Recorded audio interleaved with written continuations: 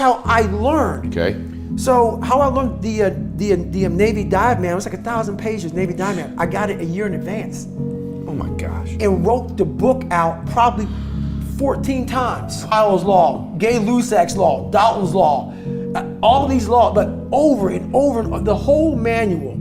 So it's not like, so now I've done it so many times, I can go back in my mind and say, okay, page 71 was Boyle's Law, and I can go back in this, and I'm looking at it right now, so that's how I learned even to today. But the work ethic, people think I became this guy from running. Yeah. No, I became this guy from fucking studying. I had to study for hours. What might take you an hour to learn, take me 2 days. Wow. So that's where, at the table, and my best friend Johnny remembers me like, God, you just changed. Something happened. I got obsessed. So I take the test, I score high, I get in the Air Force. And that's when I'm like, man, I'm gonna be a pararescueman. And this is when I realized, man, I teach myself how to swim. I taught myself how to swim, but this is when I realized, man, that I'm negative buoyant as hell. And there's a lot of things. So what gets people in special operations is the water. Not swimming, but the water confidence. When they're like taking your air from you and you're underwater panicking. I realized I was very uncomfortable. So long story short, I was there for 6 weeks. I was moving on pretty well. I was second in my class. And I was getting through all the water confidence, but barely. But I wanted to quit every fucking night. I didn't go to sleep every night. Just paranoid of the next day of getting back in that pool. So 6 months go by, we had this medical examination and they draw my blood and they said, you have sickle cell. Sickle cell is a blood disease that some African Americans have. Basically, if something happens under stressful situations, stroke, heart attack, sudden death. This happened to a few African Americans in the military, so they pulled me from training saying, you can't do this job. And when you live a very stressed out life, like I was living, that's your norm. So not sleeping, being scared, that was my norm. I wasn't gonna quit. But when they pull you out of training, and now I'm fucking comfortable. I agree with you. So now I'm seeing my class of 24 guys, it was like 150, now it's 24 guys, and they're in the pool and I'm on the side of the pool, I'm not in the water now, I'm seeing what I was doing.